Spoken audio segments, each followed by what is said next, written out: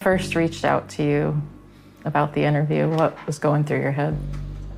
To be honest, when I read your letter, I couldn't read it without tears.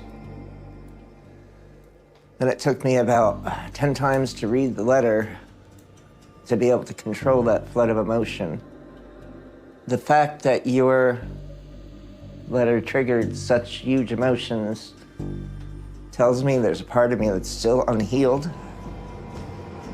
What was it like being married to a man who turned out to be a serial killer? It was shame. It was humiliation. It was fear. It was apprehension. I don't know to this day why I'm still alive. And that's the truth.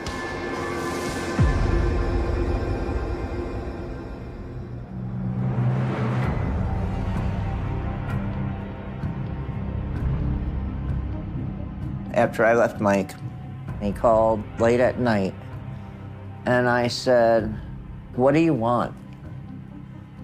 And he's whispering, and he's like, "I just wanted to hear your voice."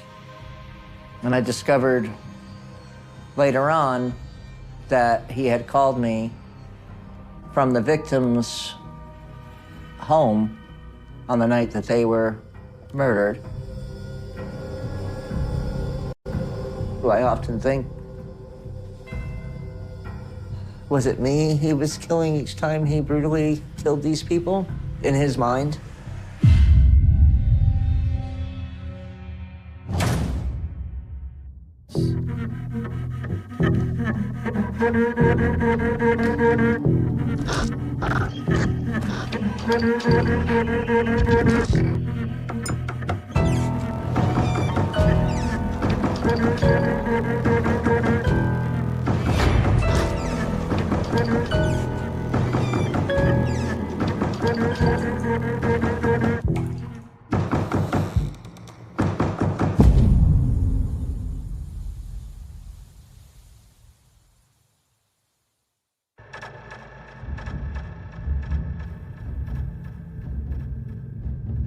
I was running a cardiology unit, and I had my office manager call me in one day, and she found out about my ex-husband. And she told me that she was going to lay me off because she couldn't handle the knowledge, knowing that I was married to him. And the nature of his crimes, apparently, in her words, freaked her out, and she couldn't deal with it, knowing that I was in the same building with her. And that makes you feel like you're a plague, like you're a cancer, like you've done something wrong. I did nothing wrong.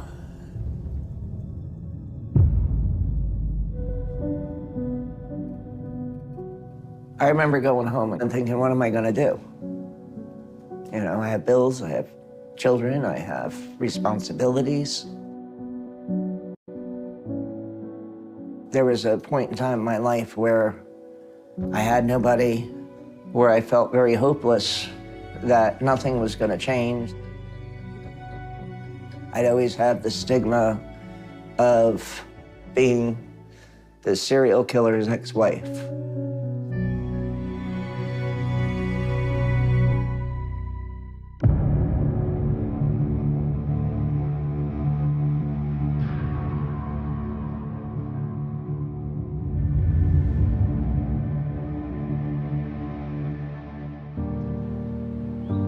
I thought he was the most handsome thing.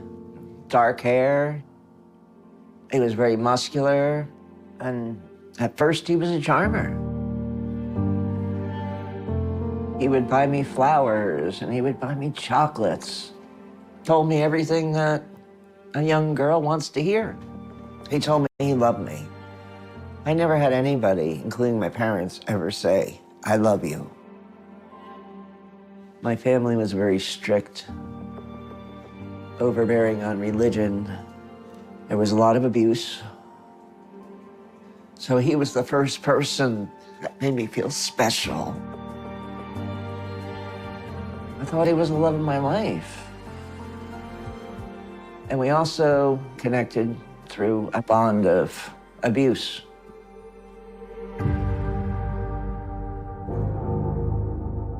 He told me early on about a story that he must have been about 10 years old. There was a conflict with his father, and then he proceeded to take his right hand. He had turned on the burners to the stove and burned his hand. How could you not have empathy?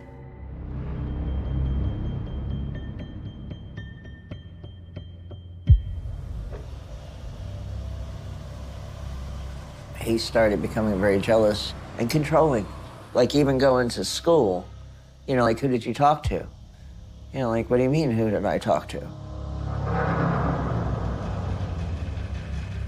One day, we were just driving along, and I don't even know what triggered it, but I was accused of cheating on him. When he got mad, he would speed. Now we're going 110 and 45. It perpetually got worse and worse and worse. Just all in anger and rage. And when he pulled over, the car skidded off to the side. Get out. Get out. He literally dragged me out of the car. And he drove off, and I thought, how am I gonna get home? He left me stranded on the side of some road that I had no idea where I was. I don't have any idea what's going on. This was my first love. This is the first person I ever dated. I truly thought I was in love. I wish I could go back to the girl I was. I wish I could just look at her and say, you're beautiful, and nobody needs to tell you that. I wish I had the strength to walk away. And then, of course, he came back telling me, get in the car. So I got back in the car. I was scared, you know, and then that became a way of life.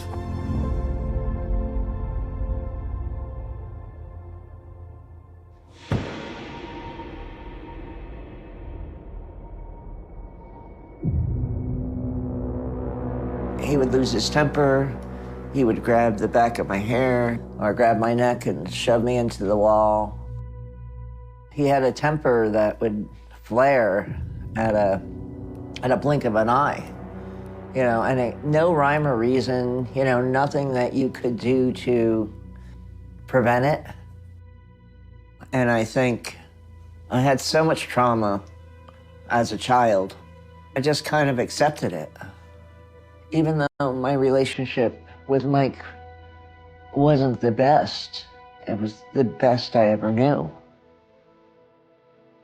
People that haven't been physically and emotionally abused in their childhood have a very hard, it's very hard for them to relate to those of us that have. So again, as abusive as it was better than what I was used to.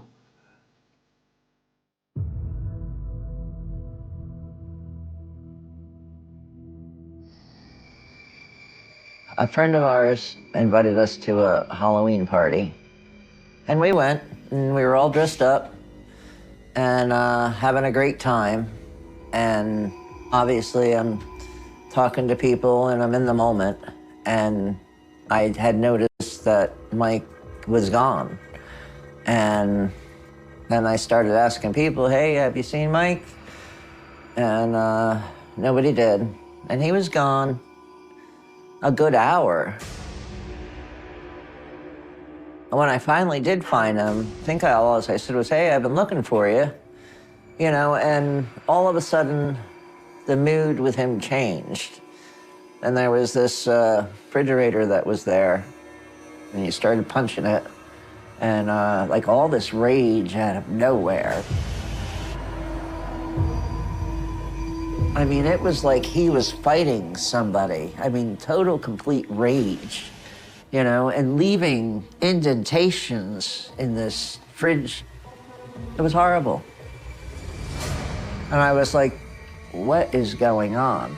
And I remember he stopped punching the refrigerator and he started punching me. What did I do to deserve this? It's not about love. More like I was his possession, and he needed something in his life that he can control. Nobody knew what to do. Again, we're kids. It's not like you think now where you shield somebody. And I kept thinking, I don't want to do this. And I needed to leave. And then I found out I was pregnant.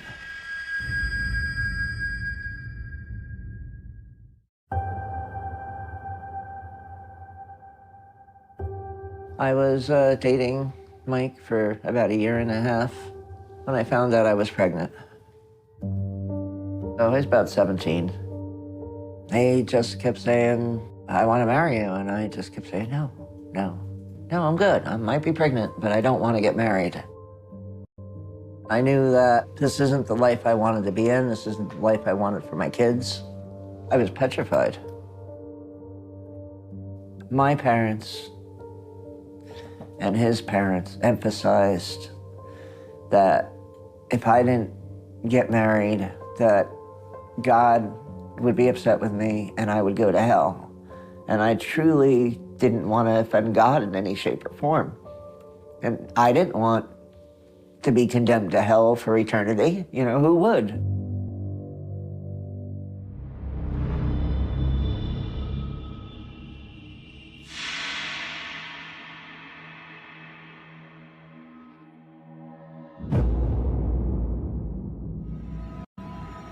Mike and I were going to my parents' home, and somebody had cut Mike off.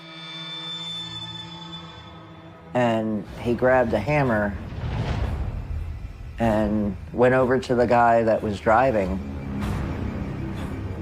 and screaming and yelling and waving this hammer, you know, and telling him he was going to kill him. And I was horrified. You know, I thought he was going to drag him out of the car and use that hammer on him. And then he was going to bash his skull in. And the man had the common sense to leave that immediate area.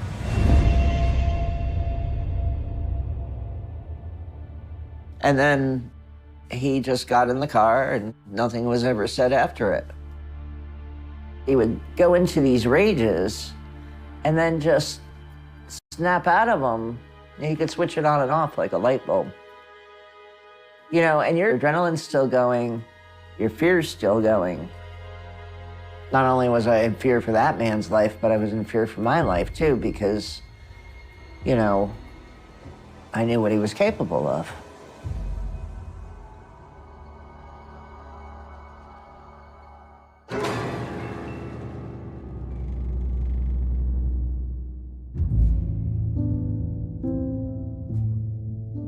The wedding wasn't for me, the wedding was for them. It wasn't a happy event. First off, I was pregnant, and everybody knew I was pregnant. And after the event, he was counting some envelopes, and I went to open up one of the envelopes, and I asked how much we had, and I don't know what trigger I hit.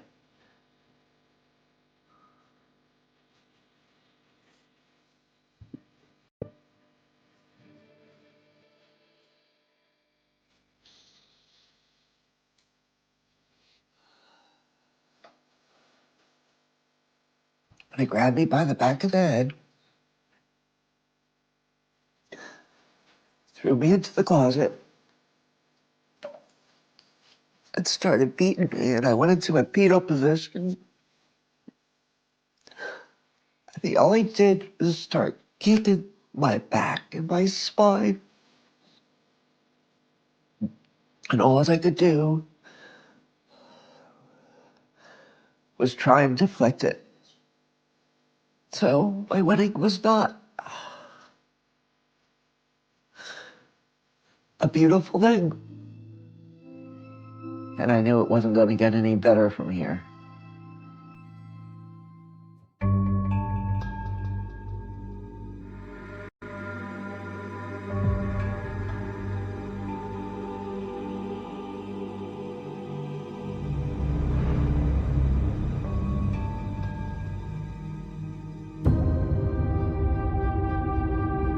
Mike had fish tanks throughout the house. And we had come home and there was a fish out of the tank. And he was enraged. And I had a kitten at that time. And whether the fish jumped out of the tank and died or the kitten got it, I don't know. But his rage was focused on that kitten, and he beat it to death. I was horrified. What could I do to stop it? Absolutely nothing. I think somehow I was responsible for the kitten that he felt killed his fish, so I was going to have to suffer and watch the brutality of it. That's what I think. I was absolutely terrified of him after that. I knew in that moment that he was capable of killing me.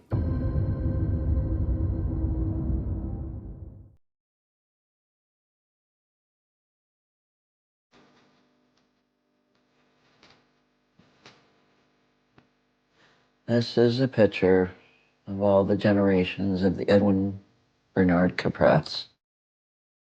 It's a picture of my ex-husband with my oldest son as an infant, his grandfather and his father. And I actually look at this picture and Mike looks happy. He looks proud. He looks like a proud father. He looks hopeful, optimistic for the future. That's the person that I fell in love with, not the person that he became. And I would like to put this down.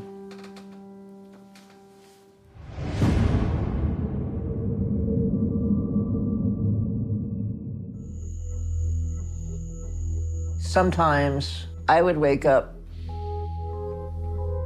and the man would be gone. Like, I have no idea where he went. You know what I mean? You know, like, are you in the bathroom? So you walk around and, no, he's not here. No, the vehicle's not here. And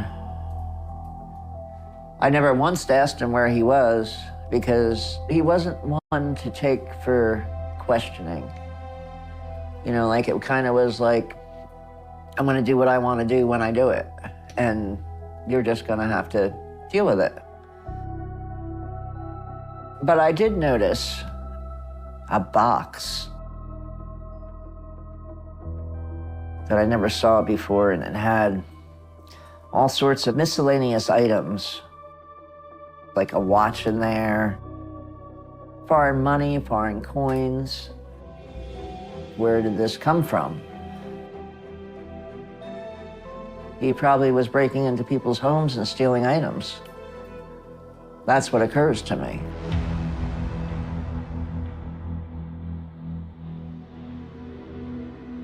But one time, when he came home early morning, his knuckles were swollen, and he had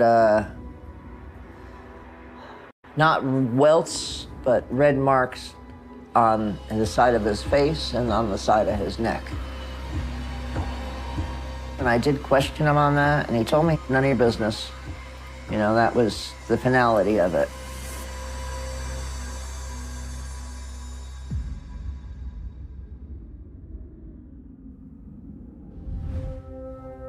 The one time, he was gone for maybe 2 months. Not a phone call, nothing, absolutely nothing. It was a relief. I didn't want him back at that point. And I remember the boys were sleeping, and I went in to take a shower, and I came out, And standing in my living room is Mike.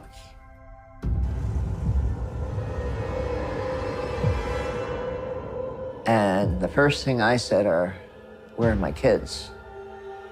And he said, "They're in the car." And he said, "I'm coming home." And I said, "Oh, no, you're not." And he said, "Before you say anything else," he said, "understand, if you don't allow me back here to live," he said, "I'm gonna take both the boys," and he said, "and I'm gonna kill them before you can even pick up a phone to call the cops."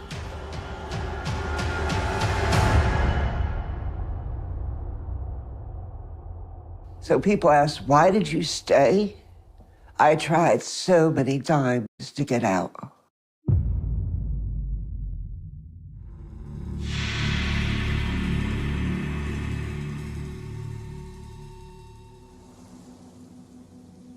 We went from living in our apartment in New Jersey to all of a sudden, we're gonna move to Florida. None of it made sense.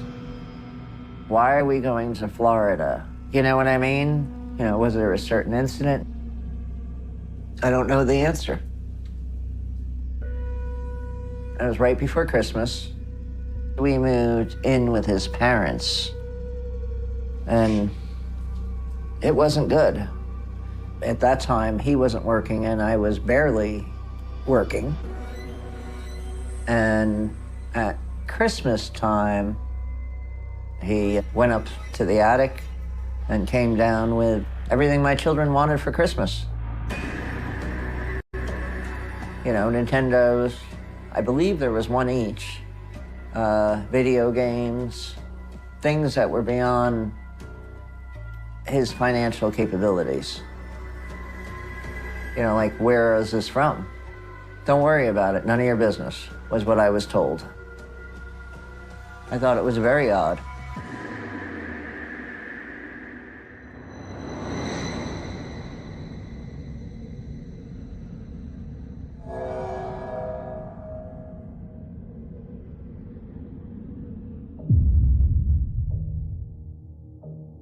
Because of my childhood,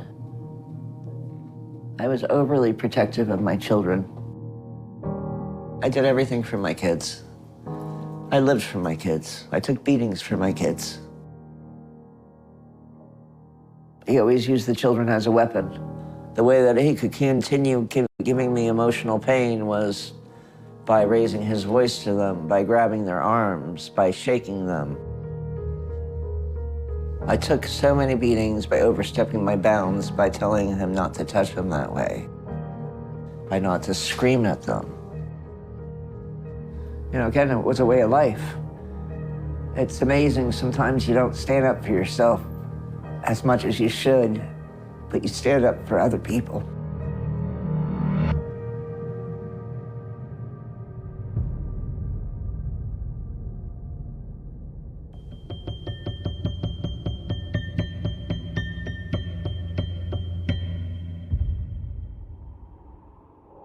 I bought my ex-husband a big old bottle of Jack Daniels. I got him good and drunk, and I knocked on the door. I introduced myself.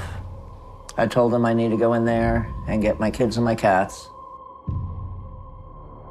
And he said, "Absolutely, I'll go to the house with you." And I remember walking through that front door, deputies behind me.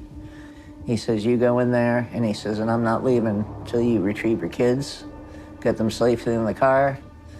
And that's what I did. I wanted to leave from the day I got married.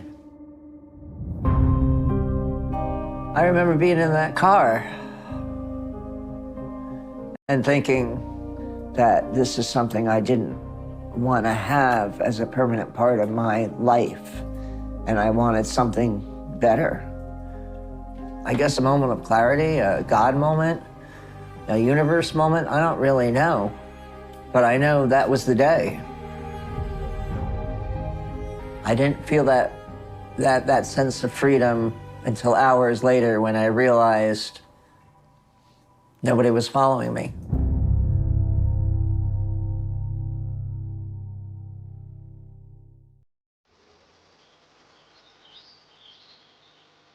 I was in New Jersey, and I was at my parents' house.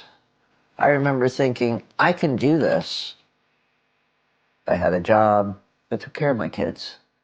I remember thinking, am I really free? I felt safe. Until I opened that door. And he was just standing there. He had showed up out of the blue. Like no phone call ahead of time, just like you hear the doorbell and you open up the door and he's there. He told me how much he loved me and he missed the kids. And my parents had this, that's your husband sort of attitude, so he can come and see his children anytime he wants. And he walked in the house and never left. So there wasn't much I could do about it because I was not in my own home. He just moved in like he owned me again. I felt trapped. I felt like, what the hell am I gonna do? And how do I get away from this now? Because I have nowhere to go.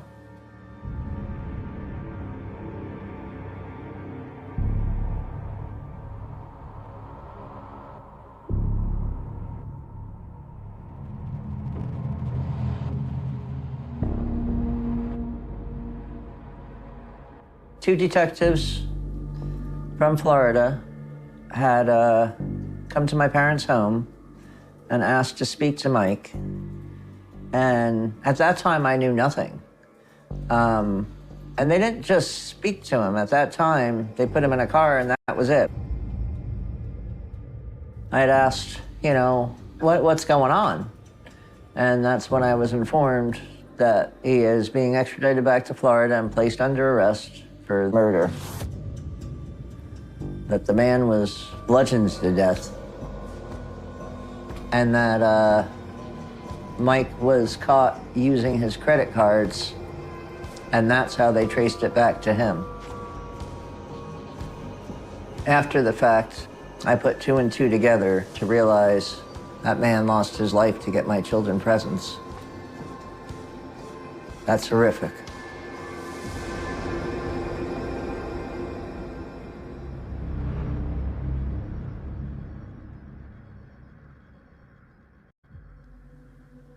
The system sucks. I truly did believe that he had killed this man. I filed for a divorce. And right before I left him, he grabbed my elbow and dragged me into a room and raped me. Very hard.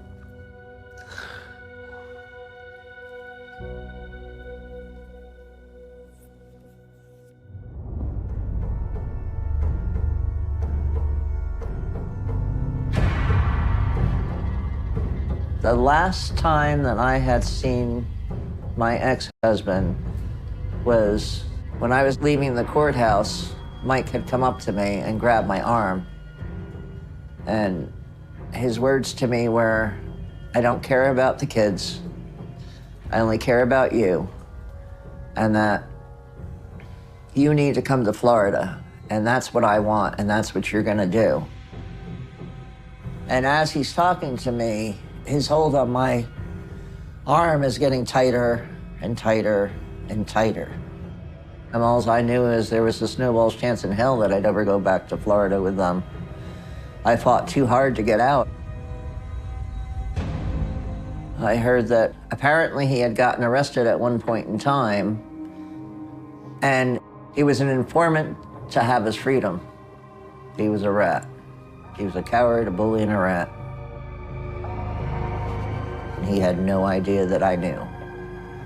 I told him he f***ed over some pretty big cats, and I gave him some names, which I'm not gonna share here.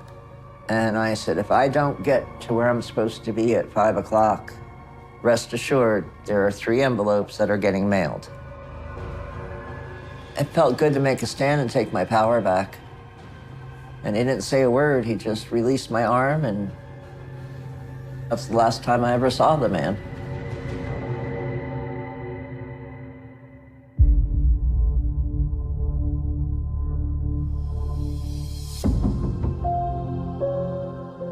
I heard that he was arrested, and he was a suspect in multiple killings. I knew he was a monster. He's labeled a serial killer now. I think it was shock. I think it was traumatic. It was trauma. And then I was told that he targeted elderly women, which I think about, and I thought about the horror that I went through him, and then I thought about the horror that they went through. To me, it looked like the perfect victim because I can't fight back.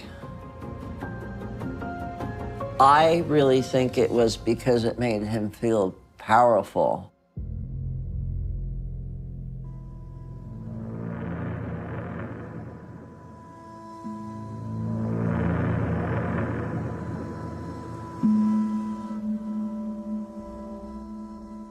So this is a page from Hernando County Sheriff's Office.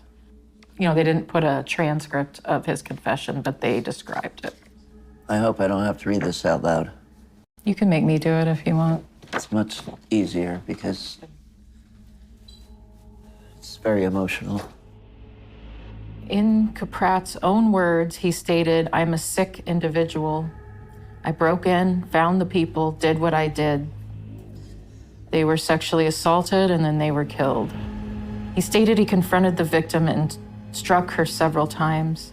He admitted that he made the victim have vaginal intercourse with him and then made her perform oral sex on him. He states the victim did resist and that at one point while he was on top of her, she appeared as though she was having a heart attack. So he, in turn, stepped on her throat to put her out of her misery. My whole body is shaking.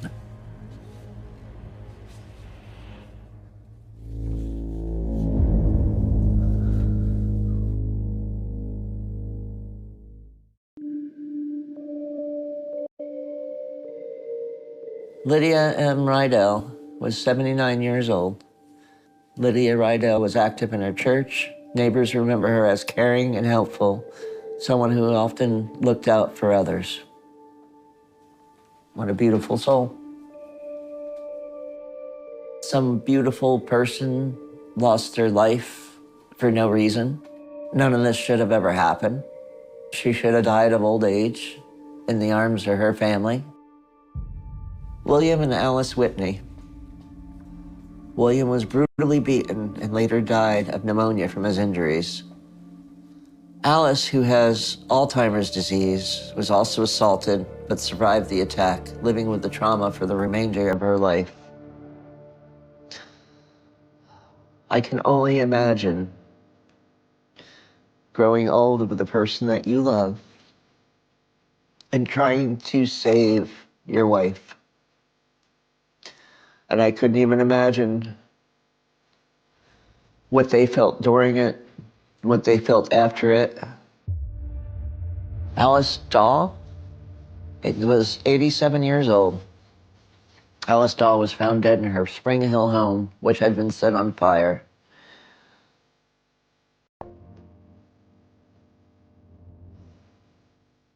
The 87-year-old had been sexually assaulted and beaten to death. Dahl, a one-time speed skater, an athlete, fought hard. I'm sure she did. Good for her. Her bloody dentures were found near her body. She had bitten the assailant in the back. That was the last victim, the one that got him caught. Good. I mean, it's not good that any of this happened, but it's good that somebody finally connected all the dots and put the pieces together.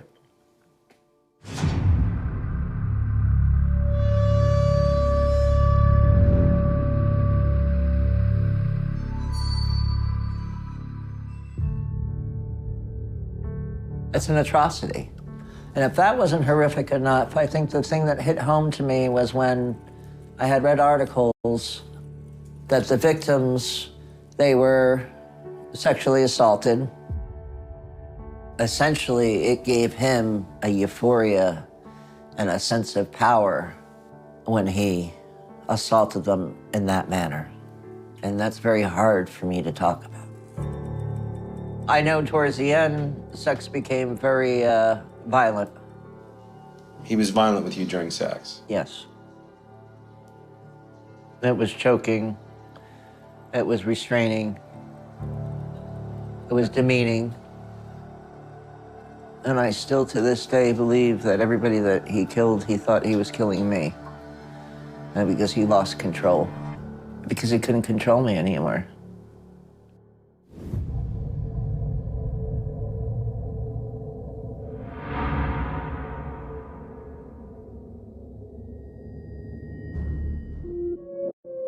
I had a friend of mine that I was discussing this with. My friend had asked him, "Hey man, where you been? We've been looking for you." And he said, "I just killed somebody," and smiled. And the person that told me was very freaked out about it. And he was like, "Do you think he did?" And I said, "I have no idea." I said, "None of us know where he went." Now that I reflect back on it, I feel like it could have been possible.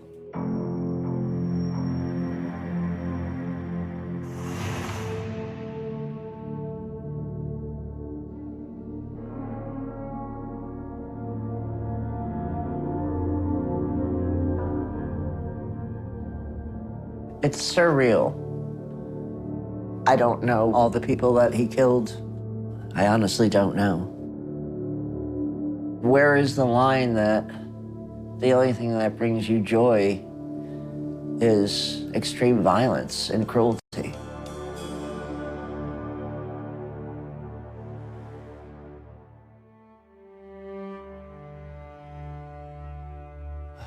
I have looked at this picture many times.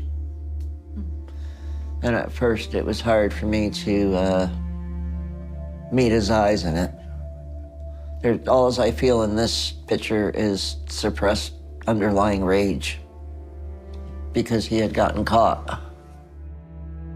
I don't identify with who this person is. I mean, before I left him, he was becoming this person. But he wasn't wholly this person at this point in time. It doesn't even look like the same person. I don't know what makes people capable of killing another human being. But I really believe, and especially after looking at those pictures, the only thing that made him feel anything was committing these murders.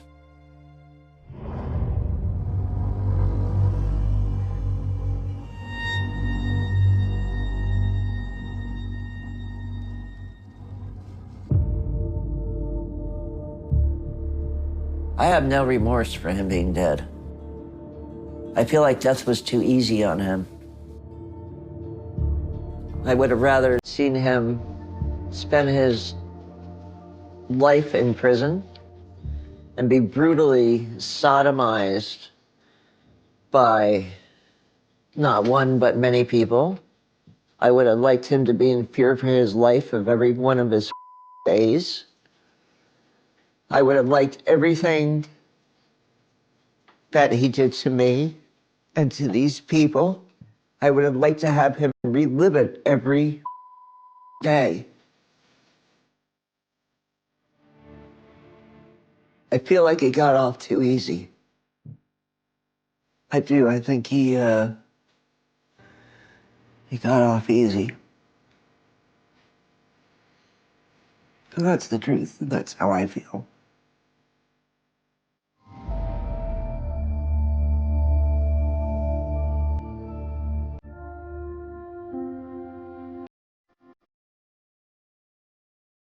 I wouldn't be the person I am today if this didn't happen the way that it did. It made me stronger. It made me live my life with no regrets. It made me recognize who the true people in my life were. And there is hope. And there is more to life than dysfunction. You know, I'm alive to tell my story.